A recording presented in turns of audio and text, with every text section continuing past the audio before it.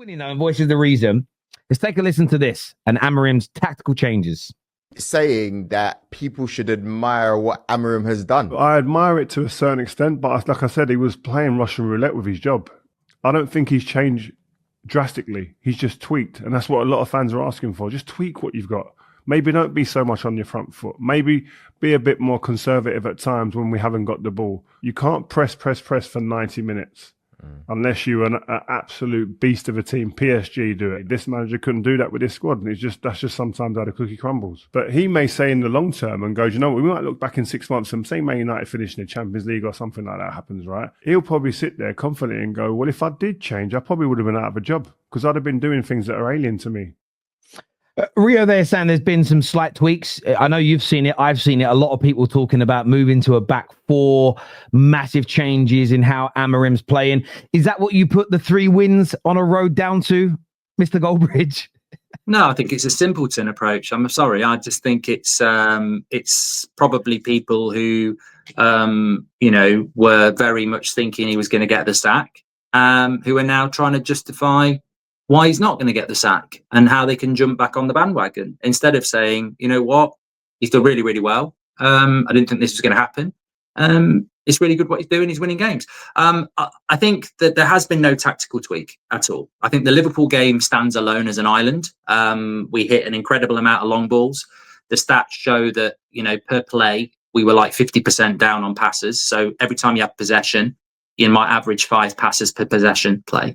Against Liverpool, it was down to 2.5. So we didn't want the ball. We wanted to go long, and it worked. Liverpool's an island in every other game we played this season, so put it out the game. Brighton game at the weekend mirrors up very similarly to Arsenal on the opening game of the season in relation to length of pass, possession, amount of long balls. It's exactly the same. But what's the difference between Arsenal and Brighton? We won a game that we should have won, and we lost a game that we should have won. And also, we had a goalkeeper and a striker that allows you to, when you go long, be a little bit more of a threat. So I think that we haven't tactically tweaked anything. I've heard people saying Casemiro moves the ball so quick this season. It's amazing, isn't it, how people are saying that when he was doing it in the Europa League last year. I think what's happened is Amarim's principles have always been very adaptable. He does change things. Look at Arsenal last year where he parked the bus and won in the FA Cup. I don't believe that we've gone from a high pressing team to a team that sits back and counters. I don't know what people watching last season, because that certainly wasn't the case. I think he's got better players. I think he's got more familiarity, and I think what's happening is, sometimes I feel like you live in a different planet. Like against Arsenal, we played really well. Really well. Oh, we moved the ball so well. We were really getting at them. We created loads of chances. Against Fulham, we should have been 3-0 up at half time. We played really, really well. The difference between Arsenal at home, Fulham away, and Burnley at home to Sunderland at home, Liverpool away, and Brighton at home, 2 home games, 1 away game. We've won 3, and in those we lost 1, drew 1, and won 1. And there's no difference between the first 3 games and the last 3 games in relation to style, tactics, or anything else. The big difference is Mbeumo and Ahmad have a better relationship. Cunha is more settled. Sesko is starting. Lemens is starting. And the rest of the team is getting used to what looks like his best 11. And confidence is growing from results. If Gakpo scores one of those goals that hits the post or equalises with the sitter at the end, I don't think people are talking about tactical tweaks.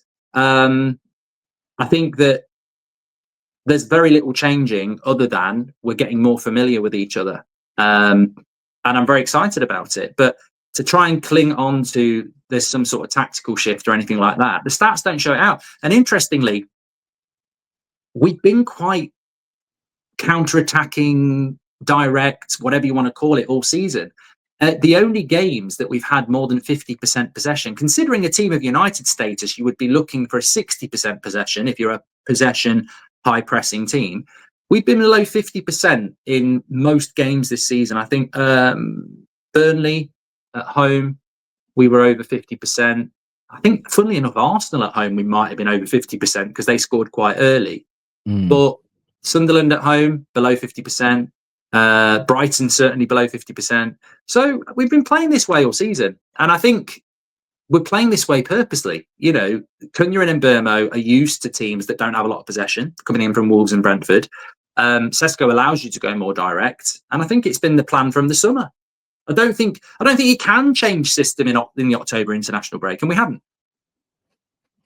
Yeah, I agree with large parts of what you say. I think there have been some subtle changes, but I don't think he's abandoned his principles. And I was getting called out on when we played Saturday for talking about this. Oh, you didn't want a manager to abandon his principles. Now you're celebrating it. I think there have been some adaptations in the sense of, I think we've moved our players. Michael Carrick broke it down brilliantly. Slightly more central when we are going long, which means you've got more. Again, it's a subtle difference. There's more bodies in that area to win that second ball. I think that's a subtle difference. And I think it's the timing of these things. So against Brighton, there were times where we played out from the back, but primarily when they stopped pressing us. When we were being pressed, we went, nah, we're going to go long. That is a little bit more about between the manager and the players making better decisions, and it is some wouldn't consider that a tactical change. It's more of a decision-making element. So I think there have been some differences in those areas, and I'm liking them. And I think Cunha dropping into the midfield and the centre-back stepping up into midfield more regularly, which is why idiots are going, oh, you've gone to a back four, have we? Well, yeah, look here on this screenshot and that screenshot, you're on a back four. Well, that's what the manager has always wanted, is a centre-back stepping into the midfield so there's a three. And it's one thing I called out. We did it on this show months ago, and Gary Neville used to say, I don't see how you're ever going to win a game with two in midfield versus three.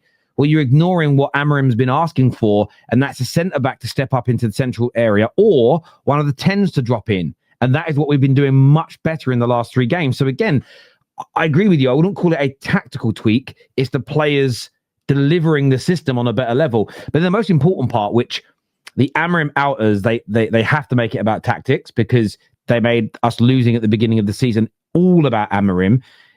Mbeumo I've loved as a signing, but he started to score goals now. Cunha got a goal and he's delivering in performances. Sesko wasn't fit, wasn't starting those games early on, but in his first 3 starts in the Premier League, 2 goals and an assist. 1 in each game as well, by the way. So suddenly as you're saying, we're now seeing those new signings start to settle, start to deliver. And I know that this is the maddest bit about all these tacticos online, is goals have always changed games, which is why it isn't unfair when you're analysing the Fulham draw to say we should have scored at least 2 of those 3 chances that Cunha and Bruno had. Bruno's was a penalty. You score those 2 chances, it's very likely the game was different, because we've all watched football for 10, 20, 30, 40 plus years. That's you and I and everyone watching, that goals change games. Fulham then have to attack more, which leaves more space for us on the counter, as an example. It's one of the reasons why Arsenal are being called boring, which we'll get into. They're even going 1-0 up and nobody wants to attack them because they know what they might do to them. But United probably don't have that level of respect yet from opponents. But I do agree. I think that some people, I called this out on shows earlier on in the week, they're doing far too much about Amarim changing, when actually it's more about players delivering. And I think Lemaines has been I wouldn't even say he's been world class or anything stupid like that, but just having a goalkeeper that can catch crosses and is comfortable with the ball in his hands, it's just made it's crazy how much of a difference that's made, if that makes sense. Like, I don't know about you, every time I see a ball get crossed into the box now, I'm not panicking. The crowd sounds like it isn't panicking, and his teammates look like they're relaxed. Where with Onana, it always felt like a ticking time bomb that could go off at any second. Yeah, and I think also, I mean, Emily's just said it in the chat, she's absolutely spot on. What's abundantly clear is, and we spoke about it on the United Stand in the summer, is that I said that I don't think this season starts till game week 10, when everybody becomes more familiar with the system and each other. You know, it's happened a little bit earlier, but you know, but that's a big thing. But the people who are saying we're playing different or we're going more direct, it's factually not true. I mean, you'll always find a stat where you can go, this is different from that. That's why I don't like trust stats. But the fact is, when we lost to Brentford, I remember people who were really Amarim in, you know, there were people like that were going, yeah, it's so annoying though, because we're top of the league for XG, we're top of the league for shots. You know, we've been like this all season. Fulham's a prime example, Arsenal's a prime example, and then people saying we're going more direct. So the Chelsea game, when Biinda went direct in the first 3 minutes at Old Trafford and Sesko flicked it on and then Mbeumo got Sanchez sent off, that didn't happen. Well, but you know what? That was just a one-off. I was like, no, it's not.